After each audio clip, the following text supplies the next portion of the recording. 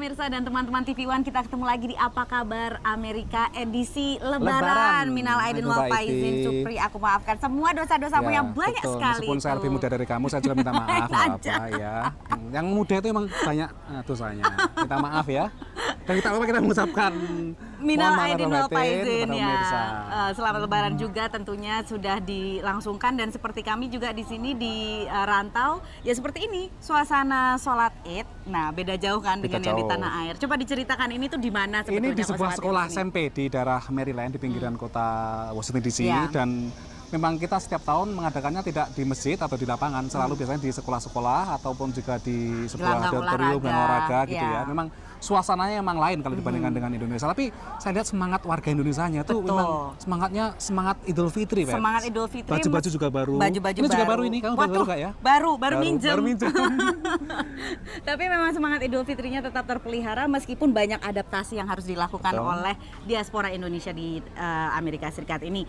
Contohnya, misalnya sholat di SMP ini, SMP Argyle Middle School namanya.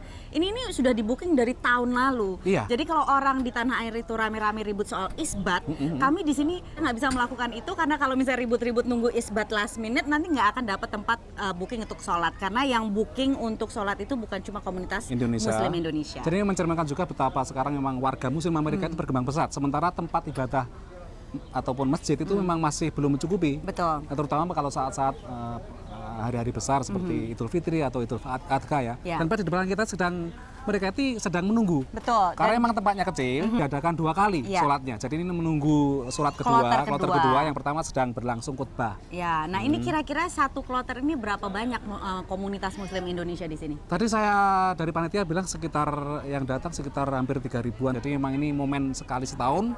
Mereka menyempatkan diri meskipun ini tidak hari libur. Mereka minta izin ke juragannya jauh-jauh sebelumnya gitu ya. Dan tentunya juga ada tradisi halal bihalal, dilanjutkan open house ke rumah kerabat dan sebagainya juga masih terus terpelihara di sini, dan tradisi-tradisi lain seperti ketupat masih ada. Meskipun bungkusnya bungkus plastik, bungkusnya aluminium foil, dan makanan-makanan lain khas Lebaran Indonesia juga masih ada. Ya, jadi kami juga sempat menjumpai ya beberapa orang ya Supriya mengenai bagaimana kesan mereka beridul fitri di tanah rantau, dan berikut cuplikan dari kesan-kesan mereka.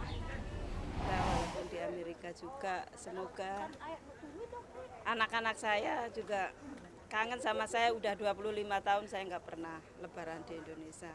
Kayak apa kangennya, kayak apa rasanya. Saya juga ya happy ya enggak gitu loh. Suasananya menyenangkan sekali karena dari tahun ke tahun masyarakat Indonesia makin banyak. Jadi suasananya, kekeluarganya semakin terasa dari tahun ke tahun. Saya titip salam buat anak saya yang di Ndlopo Madiun, yang di Ngebel juga. Minal aidin wal faizin, maafkan lahir batin. Kasihan ya Pria. Ya, jadi memang kadang-kadang saya terharu juga meskipun mereka hari ini mereka gembira, tapi di sisi lain juga mereka sedih karena memang jauh dari keluarga. Bahkan ada yang tadi puluhan tahun tidak ketemu anaknya, tidak ketemu keluarganya di Indonesia. Jadi perasaannya campur ya. Betul. Kalau sampean, kalau Anda sampean gimana? Saya juga sama seperti warga rantau yang lain di sini juga merasakan bahwa ya memang saat-saat seperti inilah benar-benar terasa nasib kita sebagai perantau ya kan, jauh dari kebiasaan, jauh dari tradisi, jauh dari keluarga dan kerabat. Namun menemukan komunitas sendiri juga di sini yang cukup kental kekerabatan dan silaturahminya. Betul, jadi memang itulah ongkos psikologis yang kita bayar kalau di rantau itu. Betul. Ya saat-saat seperti ini memang kangen ada suara takbir, kangen kalau silaturahmi dengan saudara, dengan teman gitu ya. Ya, jadi seperti itu suasananya memang jauh lebih jauh lebih sederhana, jauh lebih tidak banyak embel-embel kemegahan dan kesyahduan Idul Fitri, tapi bukan berarti kami tidak merasakan kusuknya Idul Fitri di tanah rantau. Mudah-mudahan kami bisa sedikit berbagi dengan Anda, dan Anda juga turut merasakannya. Untuk sementara ini mungkin saatnya kita untuk halal bihalal dengan teman-teman. Makanya kali ini memang tidak ada teman snack karena memang persiapan terbatas, juga gedungnya kecil. Jadi mungkin tidak seperti biasanya yang selalu ada hidangan masakan Indonesia yang melimpah. Kali ini memang tahun ini takjilan aja. Oke. Seperti itu pemirsa, mudah-mudahan memberikan Anda gambaran bagaimana Idul Fitri di rantau. Untuk sementara ini saya Patsy Widakuswara. Dan saya Supriyono. Kami ucapkan sekali lagi minal Minal aidin aidin wal wal faizin, faizin, mohon maaf lahir dan batin. Sampai jumpa.